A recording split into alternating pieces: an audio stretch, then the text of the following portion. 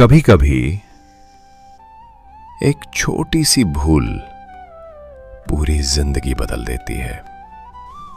एक ऋषि की तपस्या, देवताओं की चिंता, एक प्रेम कहानी और एक ऐसा श्राप जिसने यादें ही छीन ली।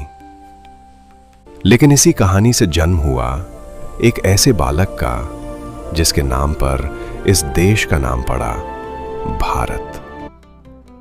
ये कहानी है शकुंतला की। तो आइए अब इस अद्भुत कहानी की शुरुआत करते हैं।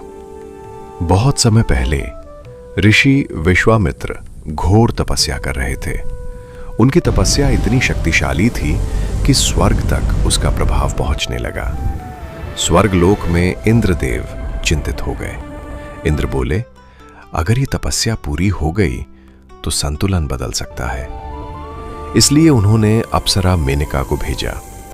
मेनका धरती पर आई और धीरे धीरे विश्वामित्र की तपस्या भंग हो गई। समय बीता और मेनका ने एक पुत्री को जन्म दिया, लेकिन उसे स्वर्ग लौटना था।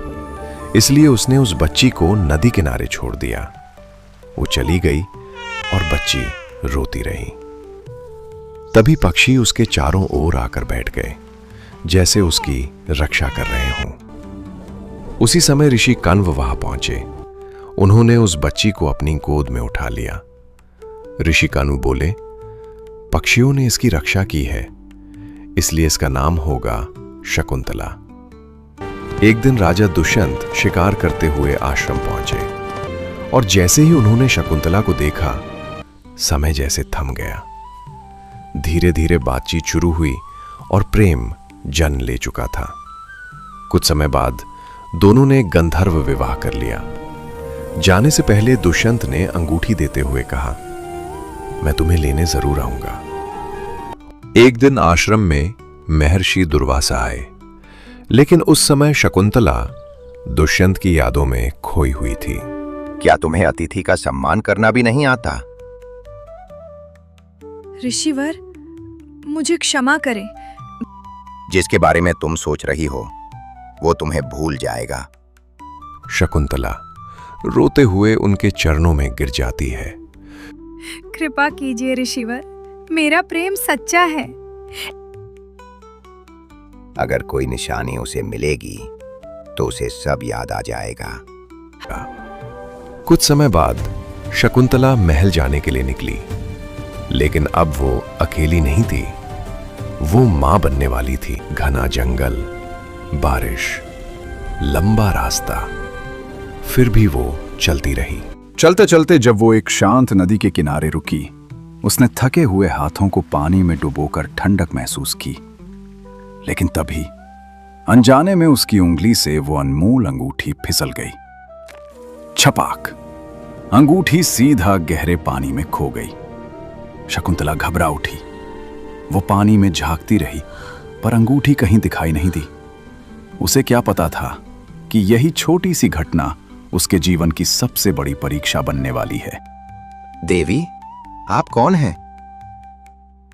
राजन, क्या आप सच में मुझे भूल गए?